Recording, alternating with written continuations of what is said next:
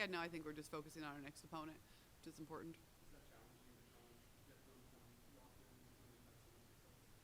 I don't think so, because it's different. We're on the road. We're motivated to go on this little road trip and prove that we can win outside of this arena.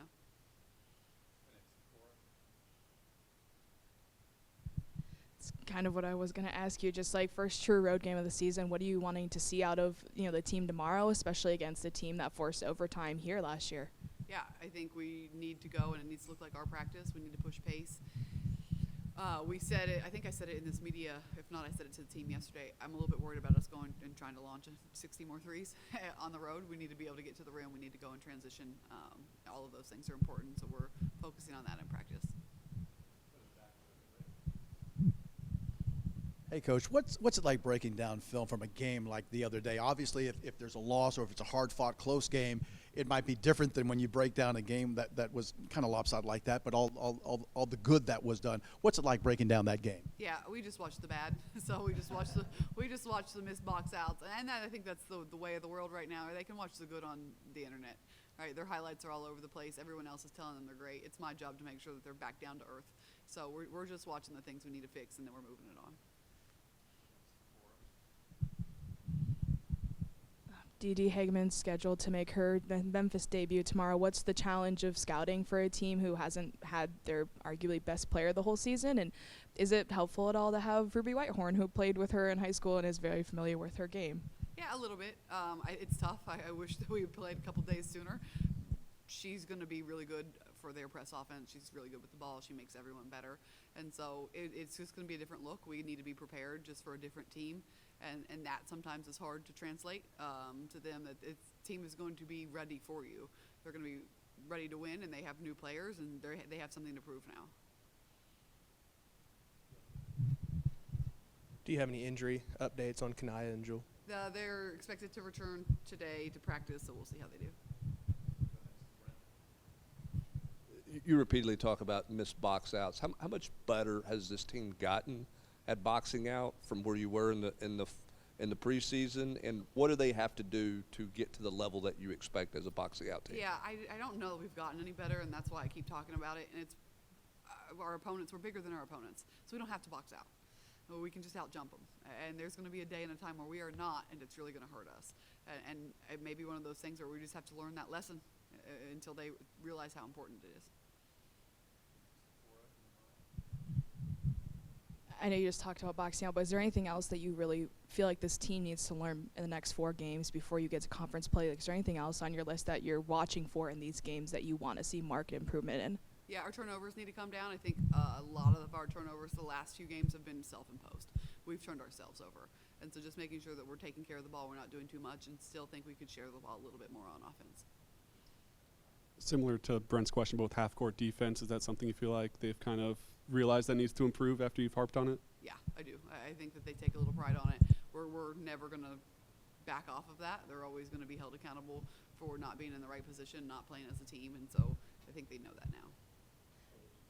Building off of that, where in game are you able to maybe make those adjustments, or is it just something that you work in practice and you hope it translates to the game where you can have that half-court defense you want for a longer stretch of the game? Yeah, I think we talk about it all the time. Well, we prep it, and then if we need to make adjustments based on the scout or substitutions, people aren't getting it done, or switch up who you're guarding, we can make all of those adjustments in the game. You said on a couple of different occasions this team likes to be coached hard, or accepts hard coaching, I think is the better way to say it. When did you realize that, and how pivotal has that been to maybe accelerate some of this process of getting everything that you have installed, getting ready for what's coming up here in the first of the year? Yeah, it's huge. It's huge that they can take it. It's huge that they respond well to it, that they listen. I think it says a lot about them, about how good they want to be, and that they just do it. I definitely don't think they like it. I think it's uncomfortable. But anytime you can get a young person to be uncomfortable and push through it, I think that's where the growth is, and I think we are growing. What's impressed you most about Tess Darby when it comes to that press defense and how much she's able to apply that pressure and force turnovers? Yeah, she's just smart. She just knows her angles. She knows when to rotate up. She knows when to rotate back. She uses her length, and so she's gotten really good at it. Wanted to ask you a question about Nolan. You know, obviously he had familiarity with what this system requires working with you at Glenville State, but just seeing his work over, the off season and going into this season, the results and the way he approaches the job, just what makes him the right guy for this job? Yeah, it's perfect for us because he doesn't have an ego and he doesn't have this strict plan that he needs to enforce. He's adaptable and he'll see what we do in practice and he'll base what he wants to do after practice off of what we do in practice. So if I get mad and practice goes a little bit longer or turns into a little bit more conditioning or more running, then he's just not going to continue to do what he already had planned. He's going to adapt and he's going to do what they need rather than what he already had scheduled. And I think that that's really important. He does a good job of relating to the players. He motivates them. He's all into what we do. And so it's really nice not to have someone where I have to go explain myself to every single day. He just knows how to do it.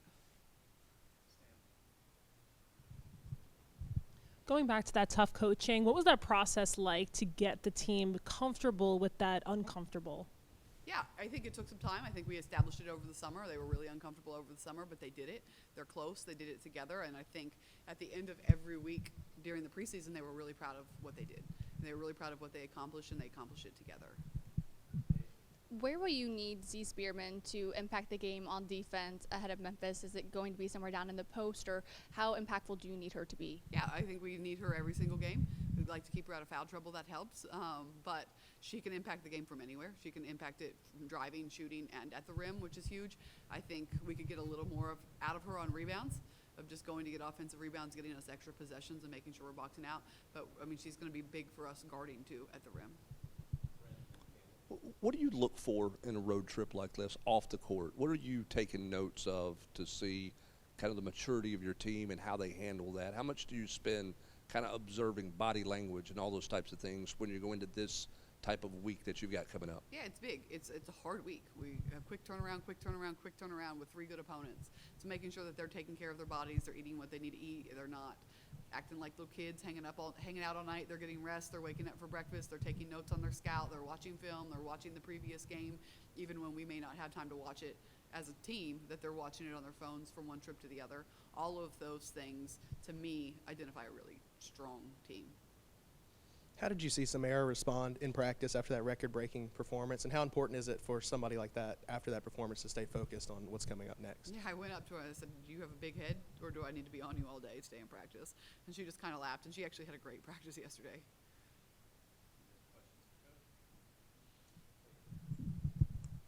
You mentioned like the quick turnaround and make sure everyone is focused. What will this teach you maybe about the leadership and how veteran-led this team maybe is in this stretch? Yeah, I think it will teach us a lot. You always want your players to be watching the game they just played, no matter how it went. You know, they have access to it. They can get it on their phones. They should be watching it on the bus. They should be watching it on the plane. And then you always want your players on their own to be watching their next opponent. And so they should be watching it on their phones.